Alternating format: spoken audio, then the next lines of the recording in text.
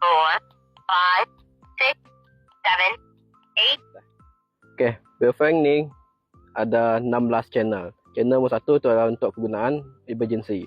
Sekarang saya tekan nombor 2, 3, 4, 5, 6, 7, 8, 9, 10 dan seterusnya.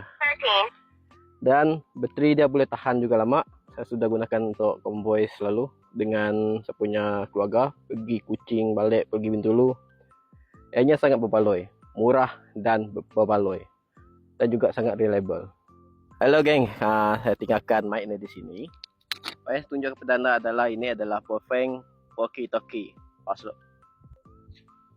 Katanya radio ni boleh capai sepanjang 5 km. Sekarang sini saya cuba dia untuk 100 meter sajalah.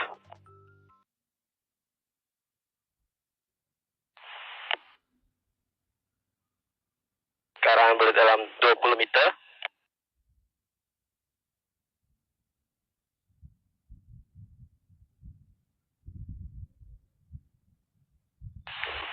Meter,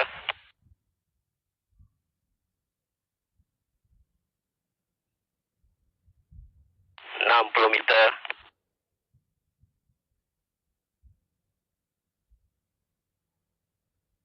70 meter, 80 meter. Dan sepanjang penggunaan saya menggunakan walkie-talkie ini langsung tiada ada masalah. Selalu guna walkie-talkie ini untuk pergi ke perjalanan yang jauh sepertinya konvoi ke Kuching. Sebut konvoi ke Kuching dengan menekankan. Walkie-talkie ini juga guna untuk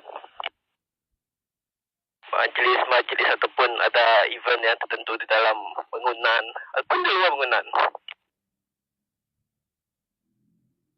So, jika anda berminat, benda ni adalah murah, satu, dan dianya adalah reliable.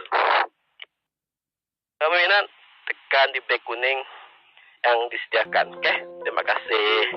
Now you've got a full-length anthem. Feel the power and let's take on the virtual world.